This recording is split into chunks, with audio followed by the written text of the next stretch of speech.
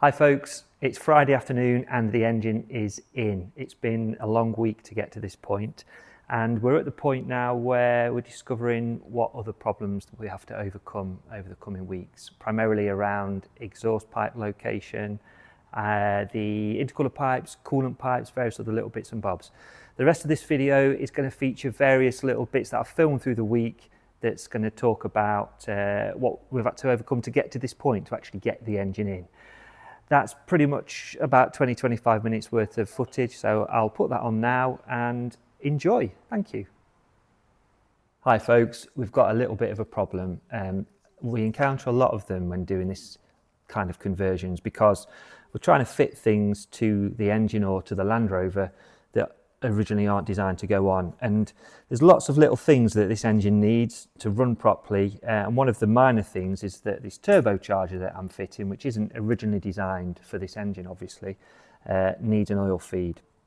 Turbos need oil, they've got bearings inside them that need to be constantly lubricated, so I've bought an oil feed, and it's a universal one. It's made by a company that provide parts for these Mercedes engines, but typically I bought it off eBay and it's actually designed for a slightly different turbo. So it's this is the oil feed itself. It comes out of the blocks, fed with high pressure oil, goes along this pipe and it goes into the top of the turbo there and is designed to lubricate the turbo. There's a drain as well that comes out the bottom back into the block. That's how the turbo is lubricated. And it's come with this adapter here, which is just a little adapter, and it's designed to adapt the oil pressure feed pipe, which is we've found out is a 1/4 inch BSP threaded fitting, and that is supposed to screw into the top of the turbo there, but it doesn't because it's the wrong thread. So luckily we've got lots of random adapters and bits and bobs in stock, and what we're going to do is we're going to use this adapter, which is the correct thread on one side, 1/4 BSP, and it's a bigger thread on this side, bigger than what we've got on the supplied adapter. And we're going to put this adapter here in the lathe, turn this thread off, and then cut a new M10 by 1.25 thread on. Just for reference, anybody that's fitting this whole set turbo, HE221W, to your Mercedes OM605 or 606, the turbo oil feed pipe size is a metric M10 by 1.25 thread, which is what we're going to cut on this adapter.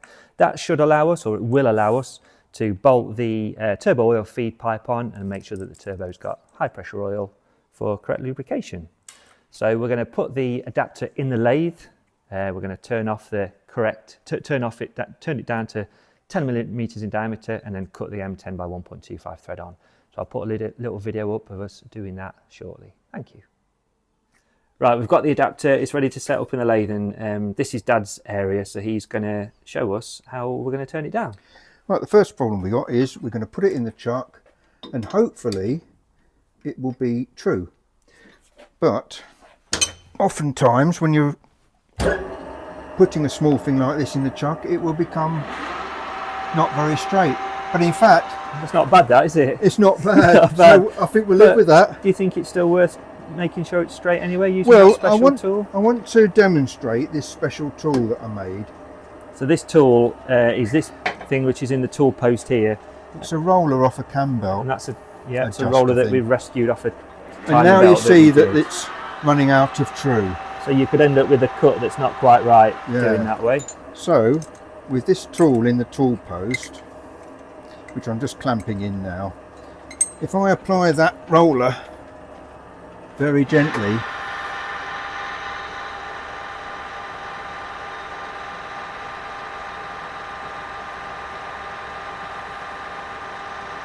it will true it up. There we go. And that is now running perfectly true. Nice. Good little trick. So then you'll stop the lathe. Tighten it up again, make sure it's quite firm. So that is the piece now mounted in. And that's running perfectly true. Lovely. Even though actually we got it pretty good by eye first time, really, didn't we? Yes, but it's a nice little trick to know. Tool, that, yeah. Right, so now we're going to turn it down to the right size for threading 10 mil. So lathes are really useful. Imagine it's like a big drill, but you're actually mounting the piece and spinning the piece generally. So I'm just taking a trial cut there, getting rid of that original thread. making sure I don't hit the chuck. Don't hit the chuck. And then we need to know what size we've got. So we are looking for exactly 10 mil because it's an M10 thread. Correct. That we're cutting. So we measure, and we've got 10.89. 10.89, so there's 0.9 of a mil to take off. Oh, it's already set to 0 virtually. So you can tell the lathe using old school analog dials. We're going to go to 0.89, and that, with a bit of luck, should be 10 mil.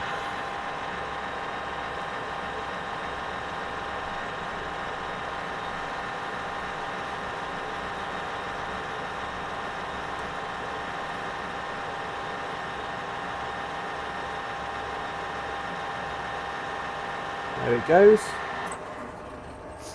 So let's see what we've got.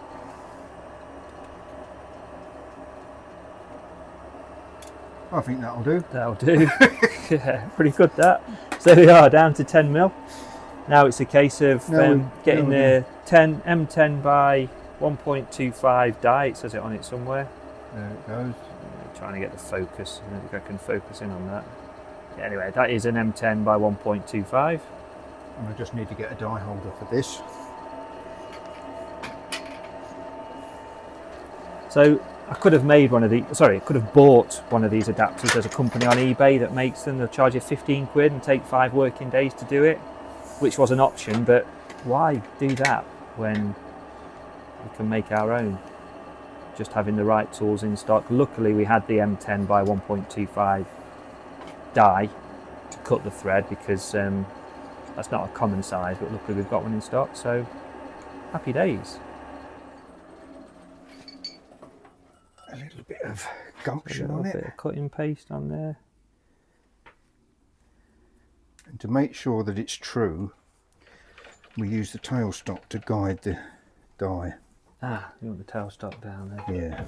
So that's the other end of the lathe, tailstock. Just make sure it's got clearance from the... Push that up.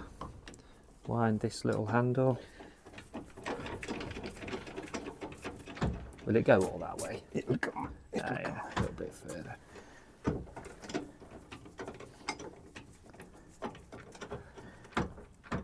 These things always take a little bit of time to get set up right. But if you do it right, and then we can just... So put a little bit of pressure on there with the tailstock. Just to hold it square. And then spin the chuck. And the die holder is against that lathe tool there to stop it turning. Ah, yeah, nice. So we can just turn it on. Do I need to keep... Of course we back it off. Yeah, we follow it up with the tailstock. Just keep following it. So there's a little bit of pressure. I think the tailstock might be... Is it at its limit? No, it's okay. Just to try and keep it square. So we're now... It might not look like it, but the die is cutting the thread onto that adapter. Just backing off to break the swarf. I think we can move the tailstock out of the way now because that's on, is it? It's pretty much square. Yeah.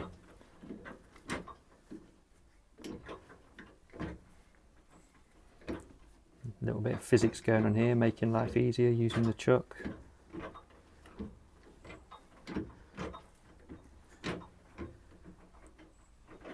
That's as far as we can go. And there's an M10 by 1.25 thread. Lovely. So I just need to give that a quick clean up because I don't want to be introducing that to the turbo with bits of swarf in it. That wouldn't be good. But yeah, nice. So there we go. Let's go and see if it'll fit.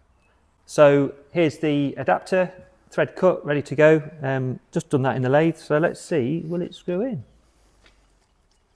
There we go.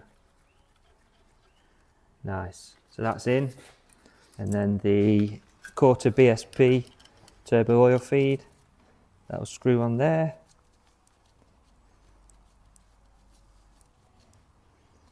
Nice. Get that pipe clipped up nice and neat when the time comes. And that is one of the many, many little problems solved now, and one thing that we don't have to order and wait for, and one more box ticked in the many, many, many boxes that need ticking to get this engine working properly in the Land Rover. But that's a nice little job, and just goes to show what you can do when you've got the right machines and the right equipment. On to the next one.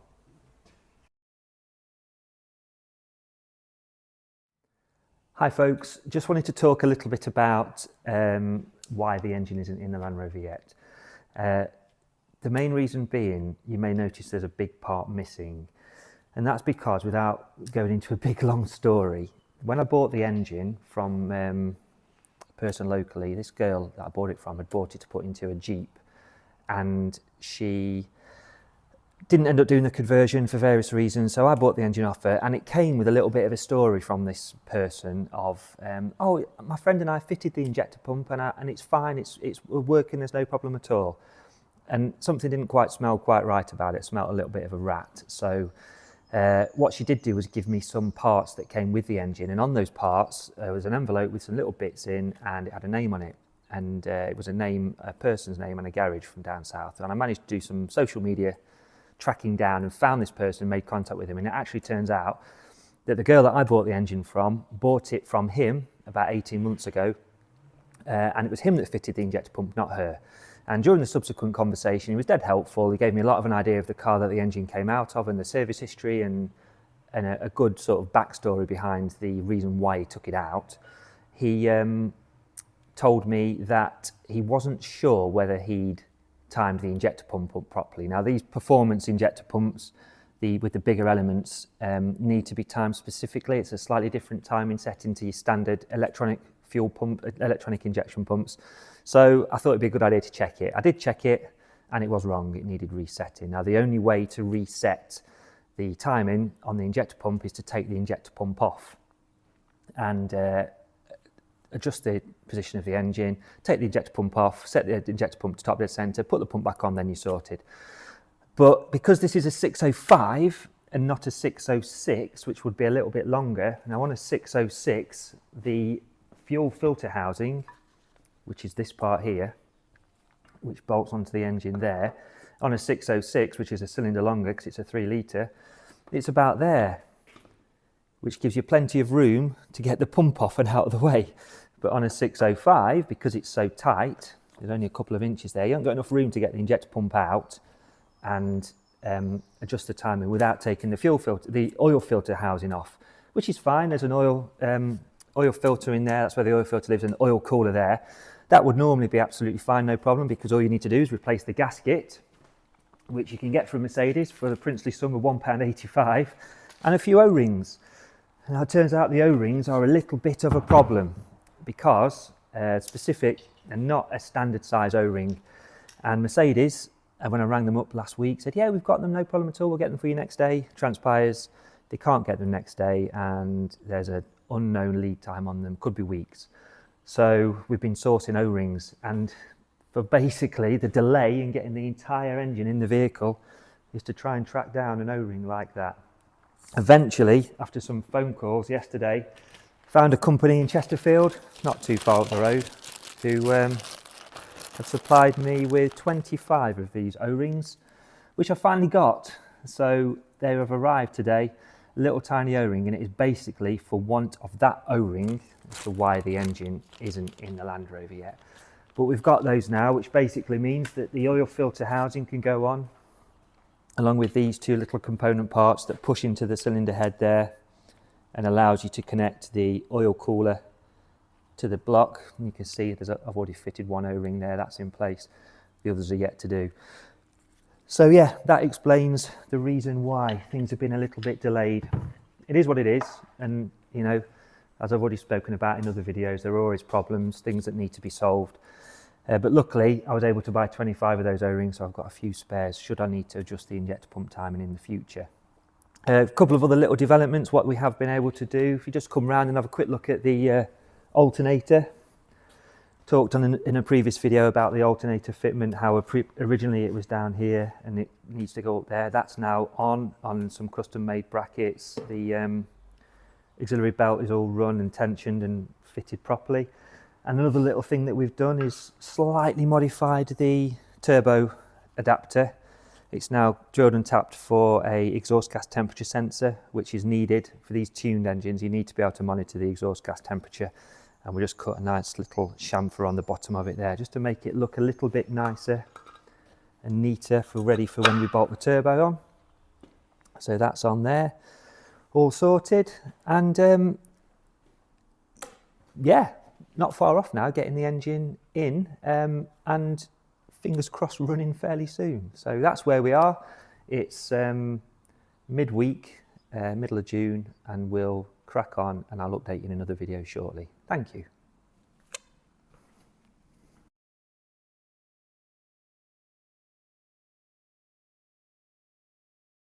This part of the job is the, oh shit, the flywheel that we've got doesn't seem to be the right one, so let's put it in the lathe and machine it down and make it the right one. Hi everybody, it's a really rainy Thursday, and today we are hoping to get the engine in the Land Rover. I'm going to get the engine down off its stand and onto a trolley, and then I'm going to show you exactly what is needed to fit the engine in terms of flywheel, adapter plates and the bell housing of the gearbox. So keep watching and we'll get around to that. Thank you.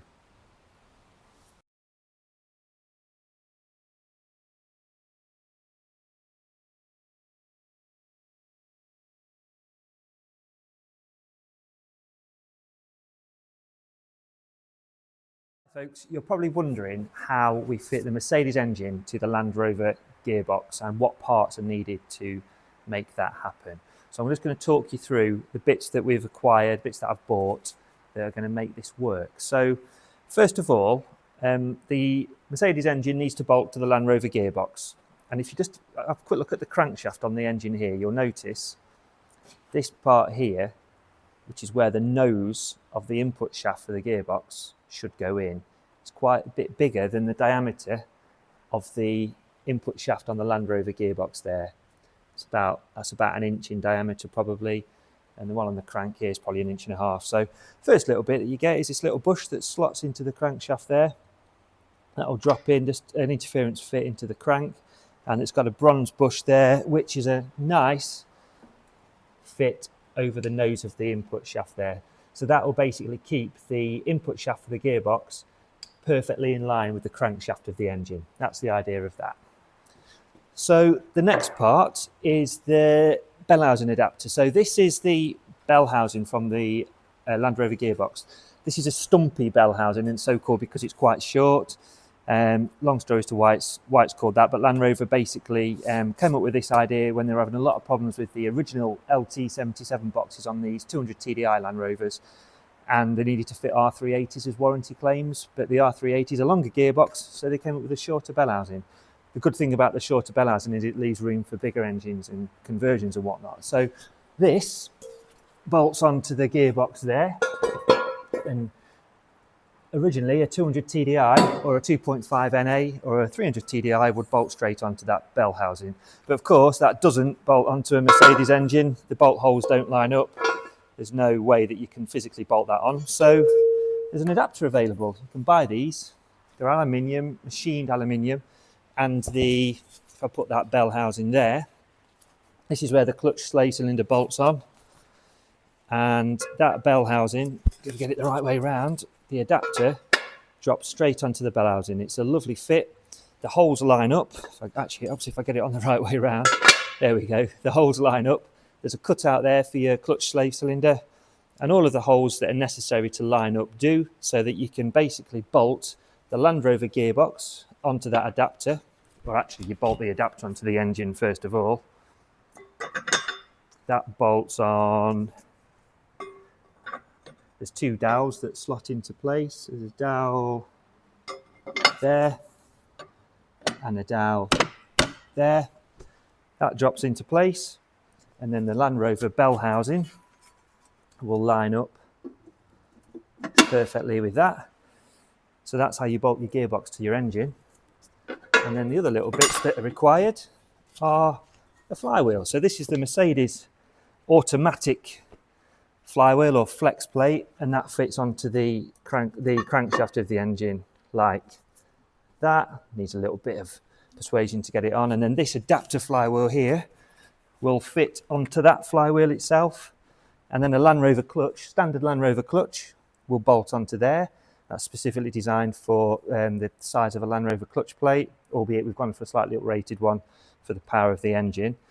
And the Land Rover clutch will have the correct spline on it to fit onto the spline of the input shaft of the gearbox. So that's basically how we bolt the two together. Sounds a bit complicated, it's not really. I'll film a little video of us putting it all together and then dropping the engine in, and you'll see that once it's all in, it's seamless. The clutch will work, the engine will be connected securely to the gearbox, and then that'll be it done. On to the next thing. So, thank you.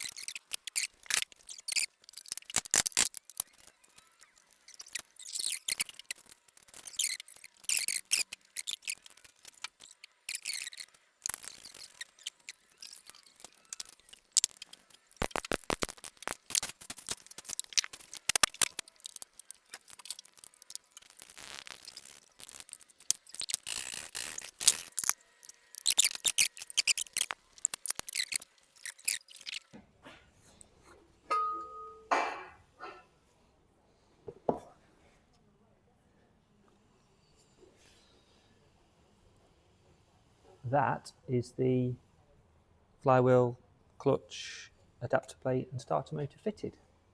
Now the engine can go in.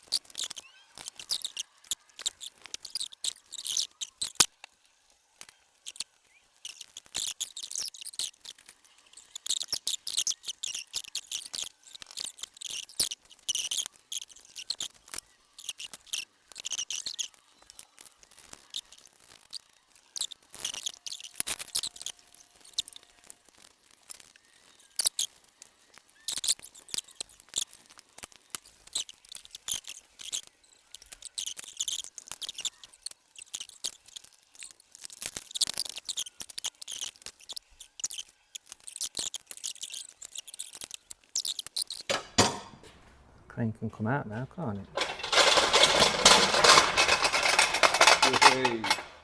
It's in. Just a very brief walk round. It's pretty tight in there, but it's in.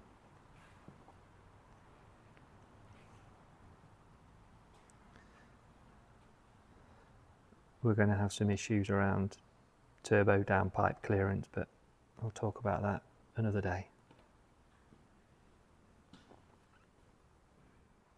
I hope you enjoyed those videos. That's it now. It's the weekend. We're going to have a little bit of time off and back to it on Monday, where we'll be making a start on the rest of it. So please like and subscribe. Please share this video or this channel to anybody who you think might be interested. It's all helpful, and if anybody wants to attempt one of these conversions, please feel free, get in touch. I'm happy to give you any advice around the problems that we've encountered and overcome so far. Thank you.